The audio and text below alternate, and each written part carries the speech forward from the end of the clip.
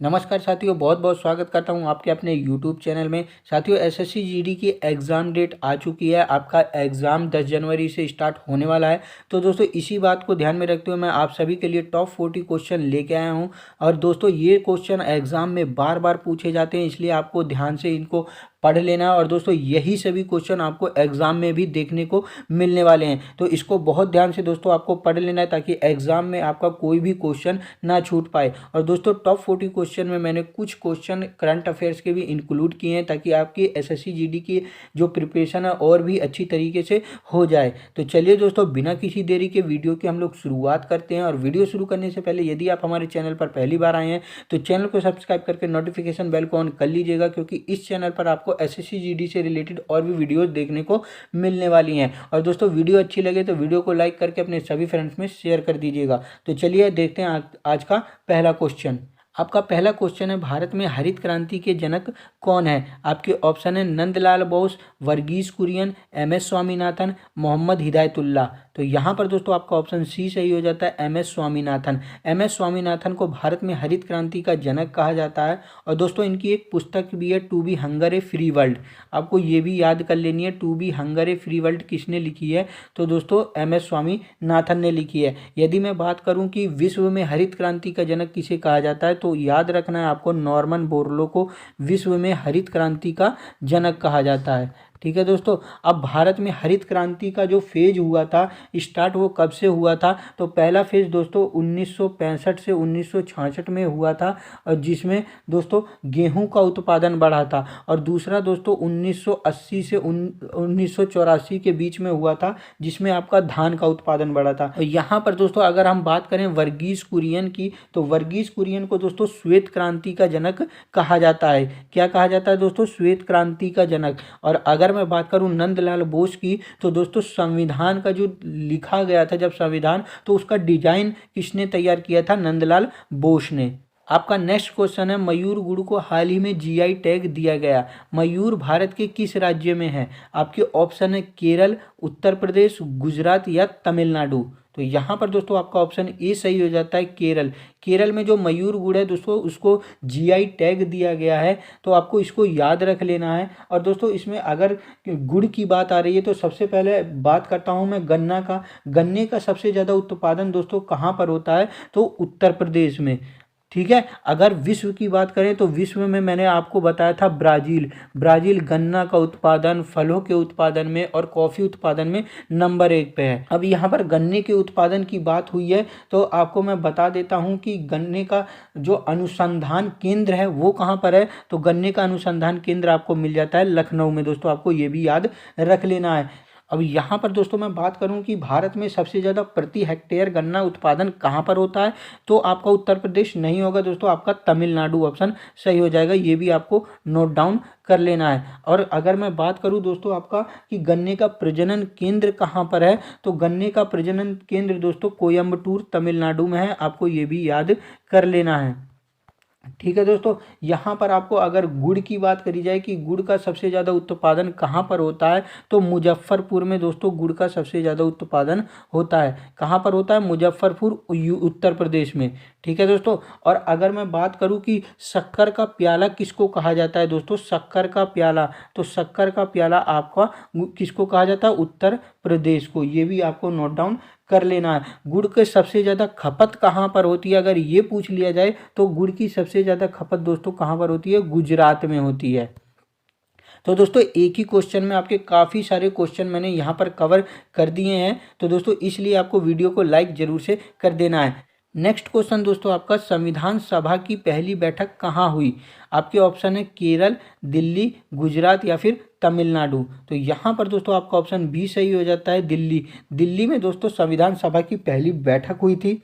कब हुई थी दोस्तों? 9 दिसंबर 1946 को हुई थी। 9 दिसंबर 1946 को हुई थी। और कहाँ पर हुई थी? एक पुस्तकालय में हुई थी, दिल्ली में। ये भी आपको याद कर लेना है। और दोस्तों इसी बैठक में डॉक्टर सच्चिदानंद सिन्हा को अस्थायी अध्यक्ष चुन लिया गया था। ये भी आपको नोट डाउन कर लेना है। नेक्स्ट क्वेश्चन दोस्तों आपका, हाल ही में अंडा और दूध योजना की शुरुआत किस राज्य में की गई? ये दोस्तों करंट अफेयर्स का क्वेश्चन है। आपका ऑप्शन है दोस्तों केरल, दिल्ली, गुजरात या तमिलनाडु। तो इसका ऑप्शन ए सही हो जाता है दोस्तों केरल। केरल राज्य में अभी अंडा और दूध योजना की शुरुआत की गई है। जो बच्चे पढ़ने जाते हैं, छोटे बच्चे जो 1 से लेकर 5वीं कक्षा तक के बच्चे हैं, उन सभी को दोस्तों अंडा और दूध केरल राज्य प्रदान करेगी। क्वेश्चन दोस्तों आपका, भारतीय राज्य उत्तर प्रदेश किस देश के साथ सीमा बनाता है? आपके ऑप्शन है चीन, नेपाल, पाकिस्तान या फिर म्यांमार। तो यहाँ पर दोस्तों आपका ऑप्शन बी सही हो जाता है, नेपाल। दोस्तों नेपाल के साथ जो है उत्तर प्रदेश सीमा बनाता है। आपको मैं बता दूं, जैसे हमारा ये जो भारतीय मैप है कुछ इस तरीके से बना होता है, ऊपर से सही से बन नहीं पा रहा है। देखिए यहाँ पर ऐसे हमारा मैप बन के आया हुआ है दोस्तों, ये तरीके से। तो यहाँ पर दोस्तों हमारा उत्तर प्रदेश पड़ता है और यहीं पर आपका नेपाल देश पड़ेगा। ठीक है दोस्तों, आपको ये भी नोट डाउन कर लेना है। यदि मैं बात करूँ पाकिस्तान की, तो यहाँ पर दोस्तों हमारा अफगानिस्तान होता है इधर एरिया में, और ये जो हमारा इधर का एरिया होता है, इधर हमारा पाकिस्तान है। तो पाकिस्तान जो हमारा जम्मू कश्मीर के साथ सीमा बनाता है, लद्दाख के साथ सीमा बनाता है, और इधर आपका राजस्थान आ जाता है, इसके साथ दोस्तों सीमा बनाता है। ठीक है, चाइना की बात करें तो हिमाचल प्रदेश, उत्तराखंड, ये सभी दोस्तों चाइना के साथ सीमा बनाते हैं। नेक्स्ट क्वेश्चन दोस्तों आपका है, जुते हुए खेत के साक्ष्य किस जगह से मिले हैं? आपके ऑप्शन है मोहनजोदड़ो, सुतकोटड़ा, लोथल या फिर कालीबंगा। तो यहाँ पर दोस्तों आपका ऑप्शन डी सही हो जाता है, कालीबंगा। दोस्तों कालीबंगा से जुते हुए खेत के साक्ष्य मिले हैं, जली हुई चूड़ियाँ मिली हैं, और मैं बात करूँ ऊँट की हड्डियाँ मिली हैं, और मिट्टी के बर्तन। आपको ये ज़रूर से याद कर लेना है कि मिट्टी के बर्तन के साक्ष्य कहाँ से मिले हैं, तो आपको कालीबंगा से मिले हैं। कालीबंगा है कहाँ पर दोस्तों? तो ये आपका राजस्थान में पड़ जाता है। यदि बात करें दोस्तों हम लोग लोथल की, तो लोथल कहाँ पर है? आपका गुजरात में पड़ जाता है, गुजरात में पड़ जाता है। और ये दोस्तों क्या था? बंदरगाह था। सिंधु घाटी सभ्यता का दोस्तों मैनचेस्टर लोथल को ही कहा जाता है। यदि बात करें दोस्तों हम लोग मोहनजोदड़ो की, तो मोहनजोदड़ो कहाँ पर पाया जाता है? पाकिस्तान के लरकाना जिले में स्थित है मोहनजोदड़ो। इसकी खोज दोस्तों 1922 ईस्वी में किसने करी थी? आर.डी. बनर्जी ने करी थी, राखल दास बनर्जी जिनका नाम था पूरा। तो दोस्तों ये भी आपको नोट डाउन कर लेना है। मोहनजोदड़ो से क्या प्राप्त हुआ था? तो महान स्नानागार प्राप्त हुआ था। और दोस्तों मोहनजोदड़ो की अगर सबसे बड़ी इमारत की बात पूछ ले तो विशाल अन्नागार आपको याद कर लेना है। ठीक है दोस्तों, क्या है? विशाल अन्नागार। नेक्स्ट क्वेश्चन दोस्तों आपका, पीएम भारतीय जन उर्वरक वन नेशन वन फर्टिलाइजर के तहत यूरिया और अन्य फर्टिलाइजर का नया ब्रांड नाम क्या रखा गया है? आपके ऑप्शन है नई पहचान, किसान एक सोच, भारत या फिर इंडियन एज। तो यहाँ पर दोस्तों ऑप्शन सी सही हो जाता है, भारत।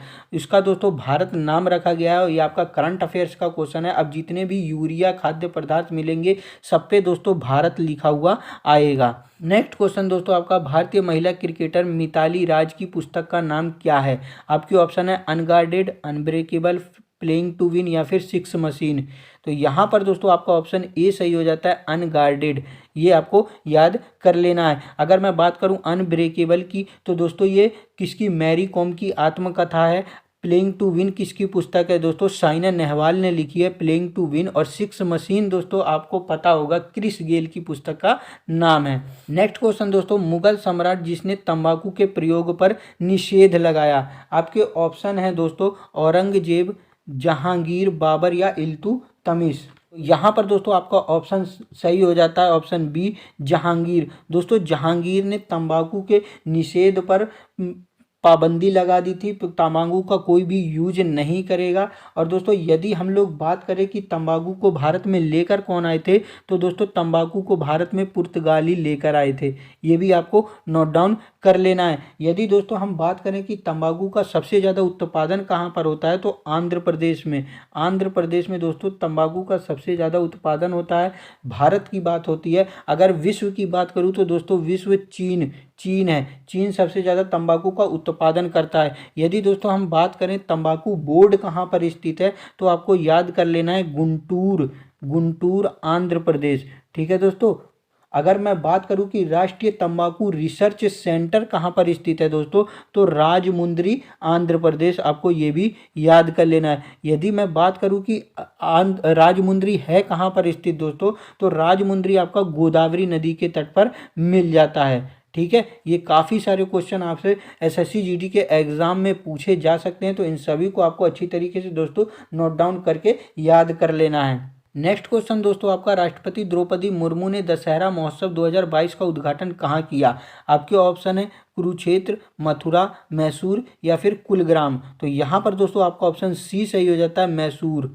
नेक्स्ट क्वेश्चन दोस्तों आपका, भारतीय संविधान में अस्पृश्यता का अंत किस अनुच्छेद के तहत आता है? आपके ऑप्शन है अनुच्छेद 14, अनुच्छेद 15, अनुच्छेद 16 या फिर अनुच्छेद 17। तो यहाँ पर दोस्तों आपका ऑप्शन डी सही हो जाता है, अनुच्छेद 17। अनुच्छेद 17 के तहत अस्पृश्यता यानी छुआछूत का अंत की बात कही गई है। अगर दोस्तों हम अनुच्छेद 16 की बात करूँ तो लोक नियोजन में अवसर की बात करी गई है। यदि अनुच्छेद 15 की बात करें तो धर्म जाति के जो विभेद नहीं करना है, ये अनुच्छेद 15 में बात कही गई है। और अनुच्छेद 14 में दोस्तों बात कही गई है कि विधि के समक्ष समानता, यानी नियम जो है सबके लिए समान होगा, चाहे वो छोटे कुल का हो चाहे बड़े कुल का हो, संविधान सबके लिए एक जैसा होगा। नेक्स्ट क्वेश्चन दोस्तों, खजुराहो के स्मारक किस राज्य में है? ये काफ़ी ज़्यादा पूछने वाला क्वेश्चन है, तो इसको आपको जरूर से दोस्तों इम्पोर्टेंट लिख लेना है। आपके ऑप्शन है महाराष्ट्र, तमिलनाडु, मध्य प्रदेश या आगरा। तो यहाँ पर आपका ऑप्शन सी सही हो जाता है दोस्तों, मध्य प्रदेश। नेक्स्ट क्वेश्चन दोस्तों, अंतर्राष्ट्रीय दिनांक रेखा कौन सी है? 0 डिग्री देशांतर, 180 डिग्री देशांतर, 23.5 डिग्री देशांतर या फिर 168 डिग्री देशांतर। तो यहाँ पर दोस्तों आपका ऑप्शन बी सही हो जाता है, 180 डिग्री देशांतर को अंतर्राष्ट्रीय दिनांक कहा जाता है। यदि दोस्तों मानक समय रेखा की बात करें तो 0 डिग्री देशांतर मानक समय रेखा को कहा जाता है, ये भी आपको नोट डाउन कर लेना है। नेक्स्ट क्वेश्चन, 25 जनवरी को क्या मनाया जाता है? आपके ऑप्शन है पृथ्वी दिवस, खेल दिवस, प्रवासी दिवस या मतदाता दिवस। काफ़ी आसान क्वेश्चन है, आपका आंसर डी सही हो जाता है दोस्तों, मतदाता दिवस। क्यों दोस्तों? 25 जनवरी 1950 को भारतीय निर्वाचन आयोग की स्थापना करी गई थी, इसलिए दोस्तों 25 जनवरी को मतदाता दिवस के रूप में मनाया जाता है। आपका नेक्स्ट क्वेश्चन है दोस्तों, इंटरनल इंडिया किसकी पुस्तक है? आपके ऑप्शन है जवाहरलाल नेहरू, इंदिरा गांधी, कालिदास या फिर भीष्म साहनी। तो यहाँ पर दोस्तों आपका ऑप्शन बी सही हो जाता है, इंदिरा गांधी। नेक्स्ट क्वेश्चन दोस्तों, किस वेद को पढ़ने वाले ऋषि को होत्र कहते हैं? ऋग्वेद, सामवेद, यजुर्वेद या अथर्ववेद। तो यहाँ पर दोस्तों आपका ऑप्शन ए सही हो जाता है, ऋग्वेद। दोस्तों ऋग्वेद जो पढ़ने वाले ऋषि होते हैं उनको होत्र कहा जाता है। यदि हम यजुर्वेद की बात करें तो अथर्वयु कहा जाता है यजुर्वेद पढ़ने वाले ऋषियों को, और सामवेद पढ़ने वाले ऋषियों को दोस्तों उद्रार्थ कहा जाता है। ये आपको नोट डाउन कर लेना है। नेक्स्ट क्वेश्चन दोस्तों आपका, हिंद स्वराज महात्मा गांधी द्वारा किस भाषा में लिखी गई है? आपके ऑप्शन है गुजराती, मराठी, हिंदी या फिर अंग्रेजी। तो यहाँ पर दोस्तों आपका ऑप्शन ए सही हो जाता है, गुजराती। तो गुजराती भाषा में दोस्तों हिंद स्वराज महात्मा गांधी ने कब लिखी थी? 1907 ईस्वी में लिखी थी। आपको ये भी नोट डाउन कर लेना है। नेक्स्ट क्वेश्चन दोस्तों आपका, चंद्रगुप्त मौर्य की मृत्यु किस स्थान पर हुई थी? आपके ऑप्शन है गुजरात, केरल, कर्नाटक या फिर असम। तो यहाँ पर दोस्तों आपका ऑप्शन सी सही हो जाता है, कर्नाटक। कर्नाटक के जो दोस्तों श्रवणबेलगोला है वहाँ पर इसकी मृत्यु हुई थी। चंद्रगुप्त मौर्य दोस्तों किस धर्म का अनुयायी था? तो चंद्रगुप्त मौर्य दोस्तों जैन धर्म का अनुयायी था, आपको ये भी याद रख लेना है। और चंद्रगुप्त मौर्य के शासनकाल में कौन आया था ये भी आपको याद रख लेना है। तो मेगास्थनीज आया था दोस्तों, ये भी आपको नोट डाउन कर लेना है। नेक्स्ट क्वेश्चन दोस्तों आपका, हाल ही में मुख्यमंत्री अनुप्रति कोचिंग योजना की शुरुआत किस राज्य में हुई? आपके ऑप्शन है असम, केरल, कर्नाटक या फिर राजस्थान। तो यहाँ पर दोस्तों ऑप्शन डी सही हो जाता है आपका, राजस्थान। नेक्स्ट क्वेश्चन दोस्तों आपका, राष्ट्रीय चुनाव आयोग का गठन कब किया गया? आपके ऑप्शन है 1951, 1950, 1976 या 1952। अभी थोड़ी देर पहले मैंने दोस्तों इसका आंसर आपको बताया है, ऑप्शन बी 1950। 25 जनवरी 1950 को दोस्तों राष्ट्रीय चुनाव आयोग की स्थापना की गई थी।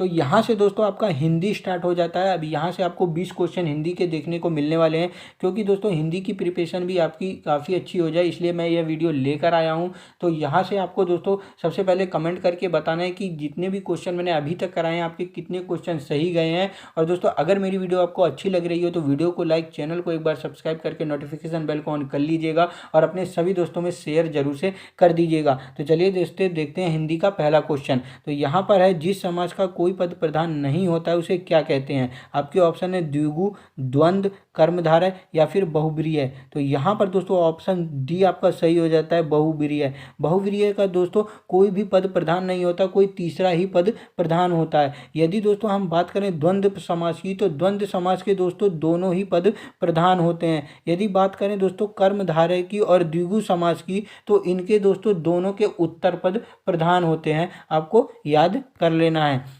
नेक्स्ट क्वेश्चन दोस्तों आपका, निम्न में से कौन सा चक्रपाणी में प्रयुक्त समास है? आपके ऑप्शन है अवयवी भाव, तत्पुरुष, बहुव्रीहि या फिर कर्मधारय। तो यहाँ पर दोस्तों आपका ऑप्शन सी सही हो जाता है, बहुव्रीहि। बहुव्रीहि में मैंने दोस्तों अभी बताया कि आपका कोई भी पद प्रधान नहीं होता है, कोई तीसरा ही पद इसमें प्रधान होता है। तो चक्रपाणी यानी चक्र है जिसके हाथ में, अर्थात भगवान विष्णु की बात करी गई है, तीसरे ही पर्सन को दोस्तों इसने प्रधानता दी है। तो यहाँ पर आपका बहुव्रीहि समास सही हो जाएगा। नेक्स्ट क्वेश्चन दोस्तों आपका, क्रिया के मूल रूप को क्या कहते हैं? आपके ऑप्शन है धातु, काम, पुरुष या फिर काल। तो यहाँ पर दोस्तों आपका ऑप्शन ए सही हो जाता है, धातु। नेक्स्ट क्वेश्चन दोस्तों आपका, दिए गए विकल्पों में से अवनी का विरुद्धार्थी शब्द कौन सा है? तो यहाँ पर अवनी का विलोम शब्द आपको बताना है, अमन है, चक्षु है, अग्नि है, फिर अंबर है। तो यहाँ पर दोस्तों आपका ऑप्शन डी सही हो जाता है, अंबर। अवनी का जो पर्यायवाची शब्द होता है दोस्तों पृथ्वी होता है, तो इसलिए इसका अंबर सही हो जाएगा। नेक्स्ट क्वेश्चन दोस्तों आपका, उत्थान का विलोम शब्द क्या है? प्रस्थान, पतन, विस्थापन या फिर अनुत्थान। तो यहाँ पर दोस्तों आपका पतन सही हो जाएगा। नेक्स्ट क्वेश्चन दोस्तों आपका, अपने जीवन पर स्वयं लिखी कथा वाक्यांश के लिए एक शब्द क्या होगा? आपके ऑप्शन है रेखा चित्र, संस्मरण, आत्मग्लानि या फिर आत्मकथा। तो यहाँ पर दोस्तों ऑप्शन डी सही हो जाता है, अपने जीवन पर स्वयं लिखी कथा को आत्मकथा कहा जाता है।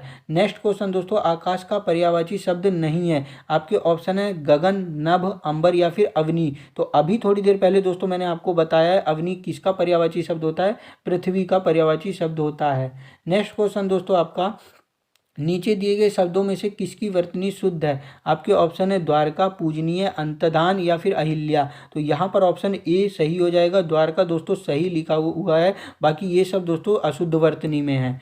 नेक्स्ट क्वेश्चन दोस्तों आपका, अकल का दुश्मन मुहावरे का अर्थ क्या है? आपके ऑप्शन है मित्र, महापंडित, महामूर्ख या फिर शत्रु। तो ऑप्शन सी सही हो जाएगा दोस्तों, महामूर्ख।